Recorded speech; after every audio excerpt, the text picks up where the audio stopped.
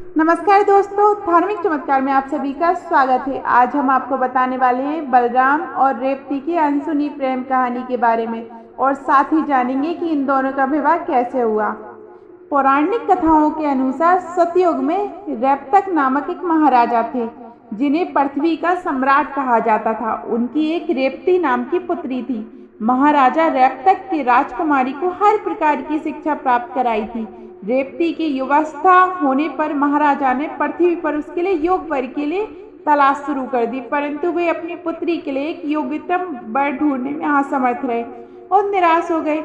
जब बहुत ढूंढने पर भी रेवतक अपनी पुत्री के लिए योग वर नहीं ढूंढ पाए, तब अंत में उन्होंने ब्रह्मलोक जाने का निश्चय किया ताकि वे स्वयं ब्रह्मा जी से रेवती के वर के बारे में पूछ सकें। ऐसा निश्चय करके महाराजा रेवतक अपनी पुत्री को लेकर ब्रह्मलोक को प्रस्थान कर गए। जब वे ब्रह्मलोक पहुंचे, उस समय वेदों का गान चल रहा था, जिस कारण उन्हें वहां लंबा इंतजार करना पड़ा।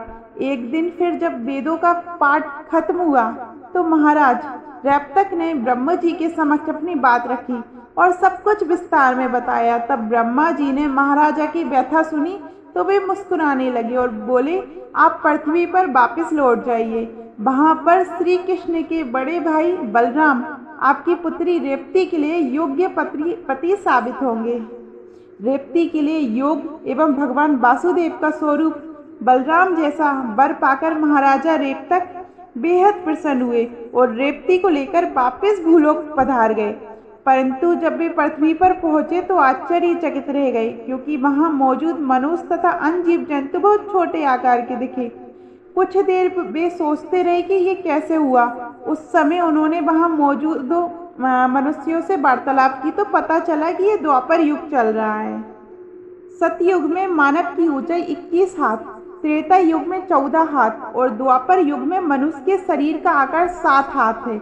ये सुनकर वे घबरा गए और श्री कृष्ण के भाई बलराम जी के पास गए और उन्हें ब्रह्मा जी द्वारा बोली गई बातों की हकीकत बताई।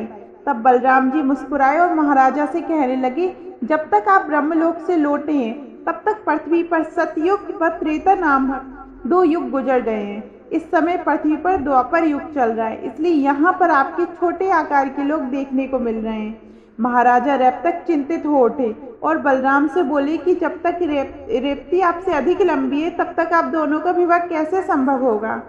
यह सुनते ही बलराम जी ने रेवती को अपने हल के नीचे की ओर दबाया, जिससे रेवती का कद छोटा हो गया। रेवती के पिता ये दृश्य देखकर बेहद प्रसन्न हुए, जिसके बाद उन दोनों का विवाह के पवित्र बंधन में बांधकर वे स्वयं संन्यास चले गए।